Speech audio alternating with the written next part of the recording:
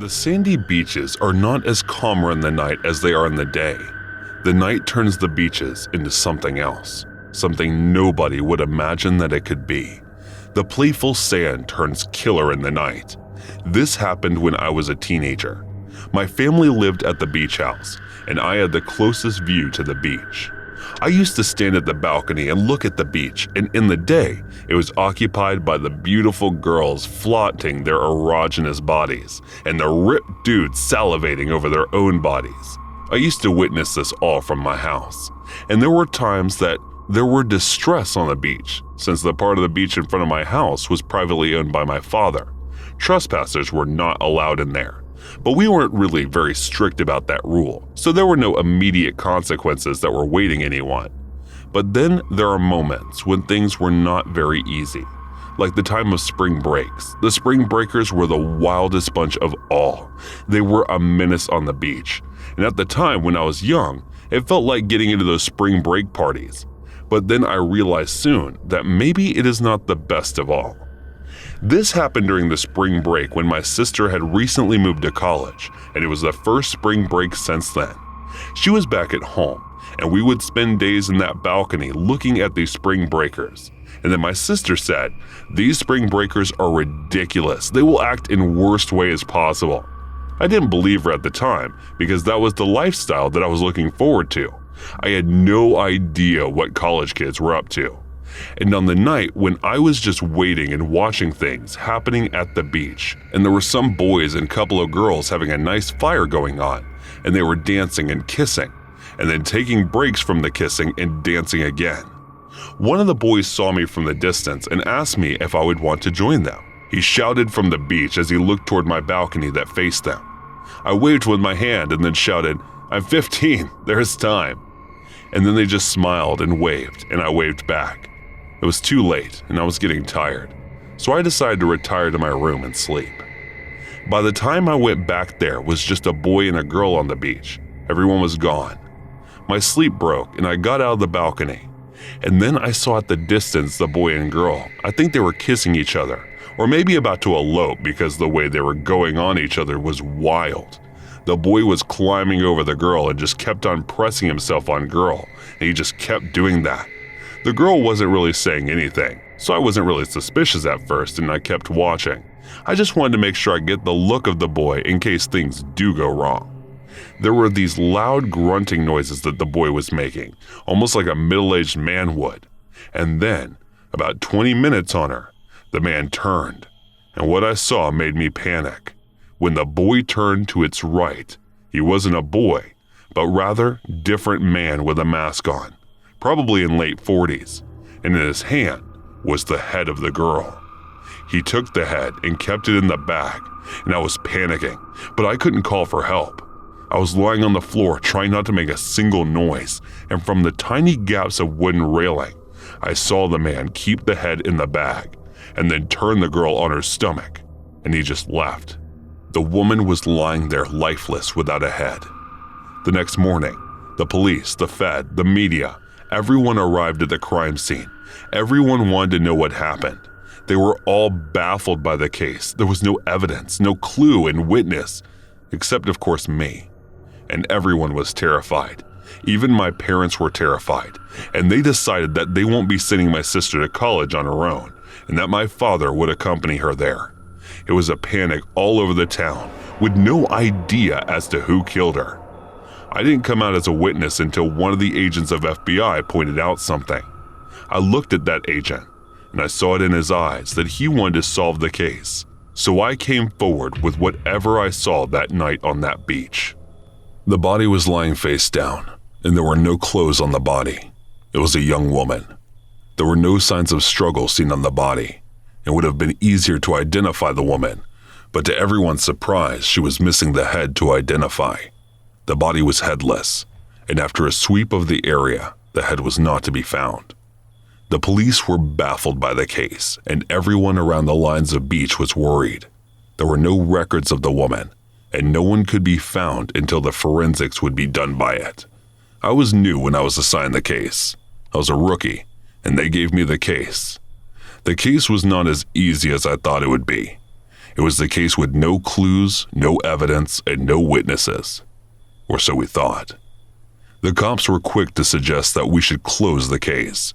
I knew there was more to it, and with no certain suspects, I can be largely assumed that the perpetrator might do again what he did here. But there was the question of if there was any witnesses or not, and the police was quick to close the case and recorded that there was none while it wasn't the whole truth. There was no witnesses on the location, but there was in the distance. Across the sand from where the girl was murdered, a set of footprints went straight toward the beach house in the distance, and though the winds had broken most of the trail of it, I narrowed it down to the beach house. I entered the beach house and the woman answered. I wanted the whole family to be here, but she said that the father was out taking her daughter to the college dropping her off, and it was just her and the son there. That is when I asked whose room is closest to the balcony, and she told me that her son's room opened right into the balcony. And there it was, our first witness, her son, who might have seen what happened that night. Even though the murder was late, there was some answers that the boy could have given. And then the boy came out, and I asked him about everything, and there were details that he added that meant great deal to the case. I took the sample of the fingerprints of the kid without them knowing. The kid said that the last drink she took was from the boy in the spring break party she was in. I rounded up the forensic reports, and they said that the girl was sedated before being murdered, and that added to the story of the boy about the girl not screaming when she was being murdered. I decided to canvass the place of crime again to get something from there, maybe an evidence that we might have missed. And I was sweeping the place and then noticed something out of the ordinary. I checked for the tides on that night, and turns out they were higher than the usual, and that there was the bleak chance that the evidence may have moved from there because of that. That meant she has good enough chance that might not even be the real place of the murder, and the body could have easily been brought by the waves. I went back to the beach house and called in the boy and asked him to place the girl exactly where he saw her. It turns out was give or take around 20 yards away from the actual position.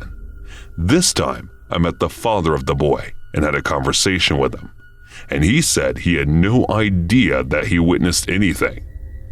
I went on to visit the actual place of crime, and there I tried sweeping again for the evidence or just some sort of clue, however little it might be. About an hour later, I did find one. It was a tiny piece of Velcro strap buried in the sand. The night winds must have done it. I decided to give it for examination. They had the prints, but the prints were not in the system, and just because I felt it in my gut, I asked the team to match it up with the fingerprints of the kid. So they did, and turns out it was a match. It was the prints of the kid on it. The information was kept quiet and took the piece of Velcro and decided to head to the beach house. This time, the father said that he didn't want us to bother his kid no more, but I had to. There was the missing link that the kid knew. I had solved the case already, but there were missing pieces only the kid could have told. I showed the Velcro strap to the kid, and the kid said it looked familiar to the Velcro strap that his father's bag has. We still needed solid evidence against his father, and then I decided to pull something that I never wanted to, but I had to. I openly arrested the kid in front of his family, and they were bewildered by it. The man was angry, but what I did, and I told him that there was evidence and his prints that linked him to the murder. And then I told him that the head was found in his room in a bag. And as I said that, I observed the man, and he was looking at the basement and was awfully quiet. And then I asked him to let me check their basement. And as soon as I did that, the man made the run for it. He caved under little pressure. He ran, and the team was waiting for him outside. And then there in the basement, there was the bag in which the head was kept. Upon further investigation, that man disclosed the location, and when he arrived, there was not one, but rather 4 heads in there, and one of them of his own daughter that he was supposed to safely drop off to the school. The very first case was one of the most sinister cases that I got to work on, and I still to the day think about that family and everything the mother and the son would have gone through after that evil was exposed. Hey guys, Thanks so much for all the support. If you haven't subscribed to the channel yet, please feel free to do so. About 3 years ago, me and a few buddies all found ourselves with some time off on the same day. We all work fairly erratic hours, so on a whim, we decided to bomb it down to the Keys with 2 of our kayaks. We'd heard that there was some serious bonefish just outside of Hillsborough Inlet out near Pompano Beach. And for those who don't know, those bad boys can be absolute units. The world record is like 16 pounds. And trust me, that's a lot of fish considering you're only a stone's throw away from the sand. So anyway, we get up before first light, load up the truck, then head off towards Pompano. Then I don't know if there was some kind of accident ahead of us or if we were just unlucky, but the traffic on the way down to the beach was terrible. So right as we're coming up to an exit, we just say screw it and decide to head over to the Bonefish Flat so we can make the most of our time off. It was the right call, because by the time we rolled up to the flats, the sun had only just started to peek above the horizon. I don't say this about a lot of stuff, but it was actually breathtaking and has been wild since I've been fishing that early. And as much as getting up early sucks hard, it's always worth it when the weather clears in South Florida.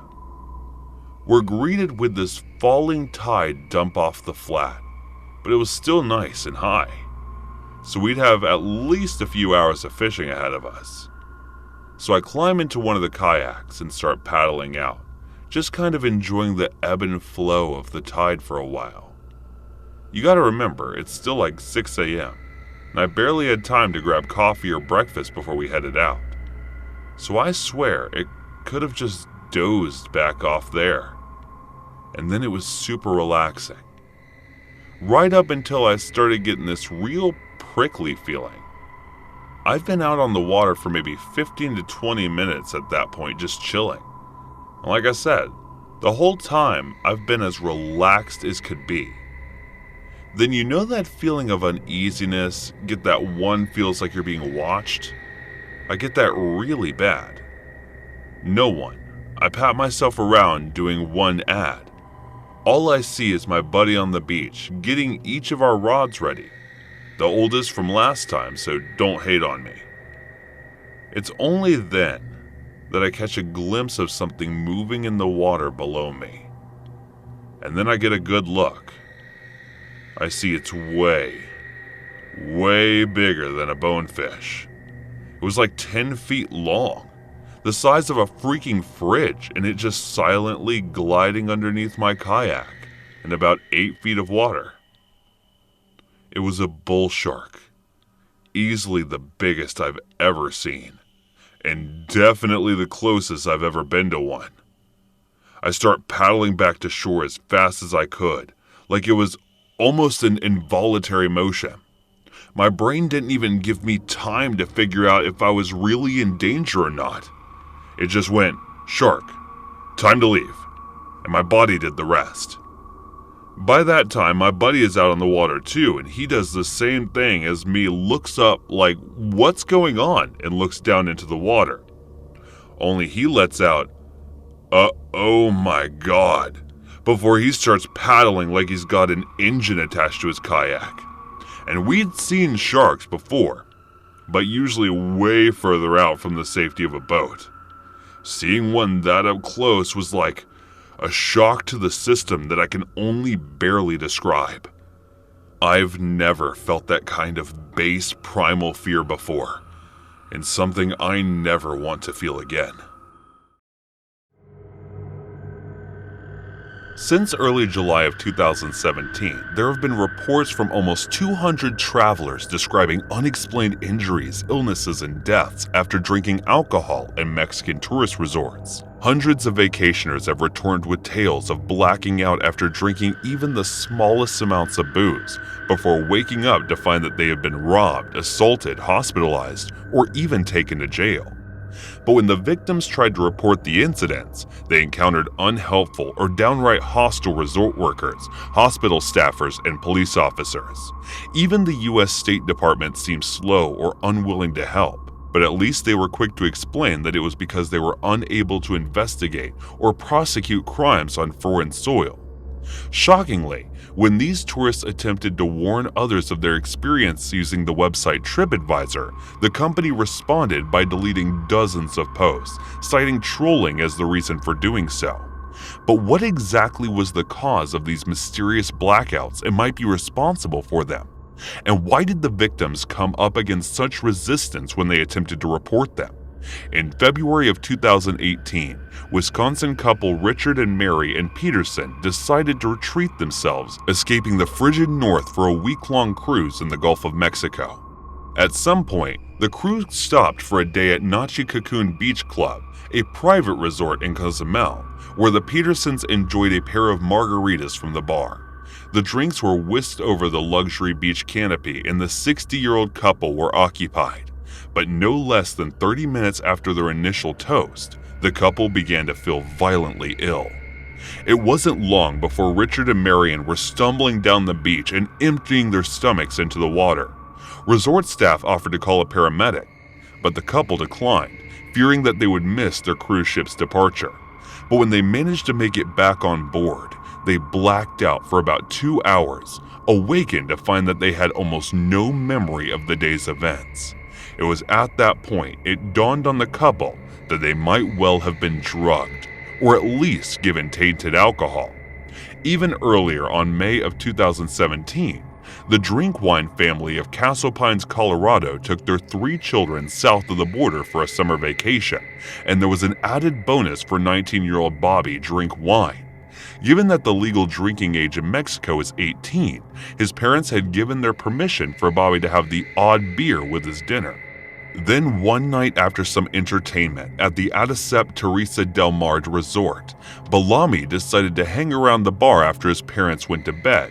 Jennifer Drinkwine, Bobby's mother, returned to the bar after getting a bad feeling in her gut, only to find her son to be dangerously intoxicated, stumbling around and completely incoherent.